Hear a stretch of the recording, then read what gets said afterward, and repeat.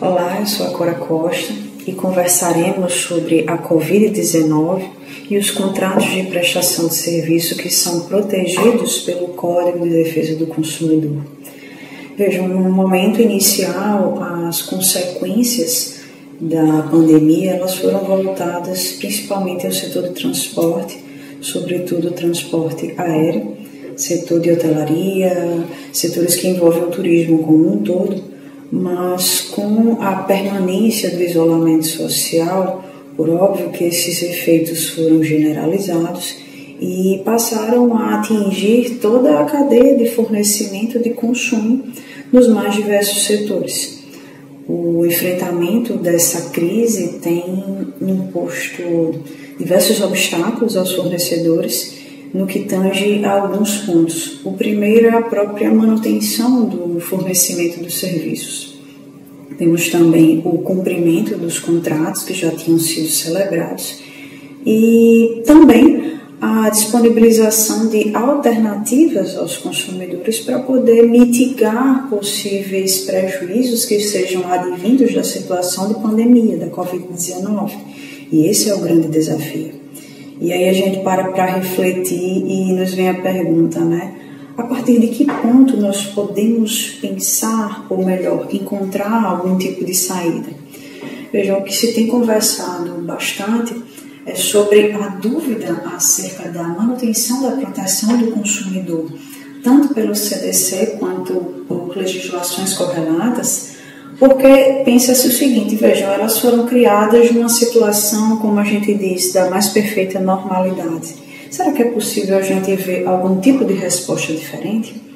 Mas reflitam comigo, quando a gente pensa no sistema de responsabilidade previsto pelo Código de Defesa do Consumidor, a responsabilidade civil, ela leva em consideração o risco da atividade.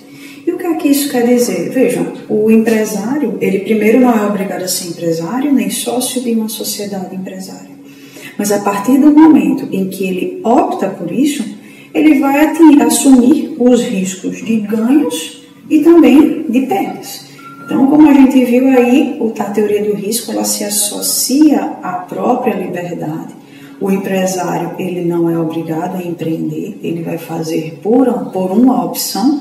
Se faz, assume o risco de ganhar ou de perder. E justamente por isso é que ele vai responder por eventuais danos que os produtos ou serviços que ele colocar no mercado de consumo possam ocasionar.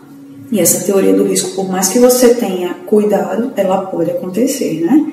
Então, com base nisso, a gente pode refletir o seguinte: aquele que se estabelece na sociedade de consumo, ele deve antecipadamente calcular os potenciais danos que irá causar, não só com a finalidade de evitá-los, tá? Mas também para poder se prevenir sobre suas eventuais perdas com a própria composição necessária dos prejuízos, né, que advirão em detrimento de determinado dano, determinada atividade que ele venha a praticar. Vamos pensar aqui num exemplo, vamos supor num fornecedor que atue na área de transporte terrestre, já que a gente pensou inicialmente como um grande foco, né? Então, ele deve saber calcular as eventuais perdas que terá em função, por exemplo, de acidentes de trânsito, tá? Que poderão ocorrer. A gente sabe, é um risco inevitável, até a gente que não trabalha com transporte terrestre, né? Então, como disse, o Código de Defesa do Consumidor, ele tem como fundamento a teoria do risco do negócio. Ou seja, para os fornecedores em geral, a responsabilidade civil, ela é objetiva, tá? Só que aí a gente tem que levar em consideração que o CDC também traz exceção. Qual é a exceção prevista lá no Código de Defesa do Consumidor? A situação que traz o profissional liberal, que aí ele vai responder por culpa. Mas o Código de Defesa do Consumidor, ele também prevê excludentes de responsabilidade. Quando a gente vai lá para o artigo 14, a gente vê algumas hipóteses previstas no parágrafo 3º, tá? Primeiro, a gente tem a demonstração da inexistência do defeito, Tá? E também a prova da culpa exclusiva do consumidor ou de um terceiro. Só que aí, quando a gente vai observar todo o contexto que a gente está inserido, tem se apontado como solução atual para essas situações dos contratos de fornecimento e prestação de serviços protegidos pelo Código de Defesa do Consumidor, o caso fortuito como excludente do nexo de causalidade. Ora, vejamos, o caso fortuito é uma das causas excludentes de responsabilidade civil e está previsto lá no Código Civil, isso todos nós sabemos, lá no artigo 393. E como a gente sempre explica, né, em sala de aula, o caso fortuito, ele pode se subdividir em caso fortuito interno e caso fortuito externo. O caso fortuito interno, ele vai incidir durante o processo de elaboração do produto ou execução do serviço, e não o exime de responsabilidade, tá? No caso, o fornecedor. Já quando a gente passa para um outro panorama, ou seja, o caso fortuito externo, ele é alheio, ou melhor, estranho ao processo de elaboração do produto ou em relação à própria execução do serviço. E por óbvio, se a gente vê uma situação apartada, há a exclusão da responsabilidade civil. Tanto o Código Civil quanto o Código de Defesa do Consumidor mantêm o nexo de causalidade e a responsabilidade objetiva do fornecedor toda vez que o dano for ocasionado por força maior e fortuito internos. Tá? Isso acaba ficando óbvio pela própria explicação e pelos exemplos também que já conversamos. Mas isso vale também, por exemplo, para serviço de transporte, para serviço de hospedagem, entre tantas outras situações, quando envolver a prestação de serviço. Tá? Então, a força maior e o caso fortuito interno não podem ser antecipados, apesar de ser possível, né, de ser previsto no cálculo. Todavia, meus queridos, não vão elidir a responsabilidade. E esse é o caso, por exemplo, do motorista de ônibus.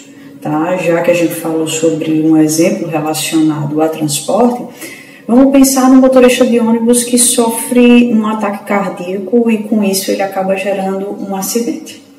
Vejam, apesar de se tratar de um fortuito inevitável por fazer parte do próprio risco da atividade, não vai eliminar o dever de indenizar.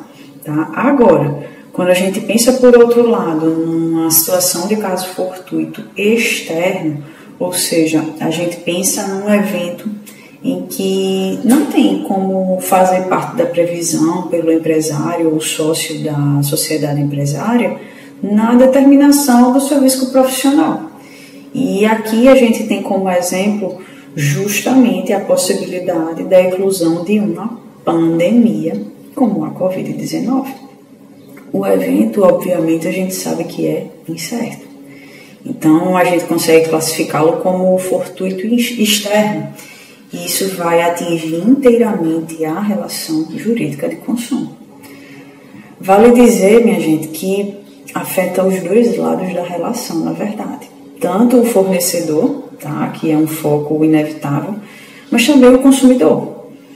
Só que, quando a gente pensa nessa saída, obviamente que a gente não pode desconsiderar o argumento que está contido no próprio Código de Defesa do Consumidor e que tem sido bastante defendido pelos juristas, que é o que diz lá no inciso 5º do artigo 6º, que trata dos direitos básicos do consumidor, e lá traz a possibilidade da modificação das cláusulas contratuais que possam vir a estabelecer prestações desproporcionais ou a sua revisão em razão de fatos supervenientes que as tornem excessivamente onerosas às partes. Vejam, a gente pensa que esse se trata de um argumento muito favorável para poder trazer para a situação de tentativa de manutenção do equilíbrio da relação de consumo. Mas quando a gente pensa na constatação da existência de um fortuito externo que atinge essa relação jurídica de consumo, a gente já também consegue buscar uma saída para resolver a situação de maneira mais equilibrada. E, claro, mantendo o foco na manutenção dos objetivos da política nacional das relações de consumo. Eu não vou tratar sobre todos eles, mas nós não podemos esquecer que um deles, inclusive é o que é mais abordado pelos doutrinadores, é a manutenção da harmonia das relações de consumo. Muito obrigada, espero ter contribuído da melhor maneira possível.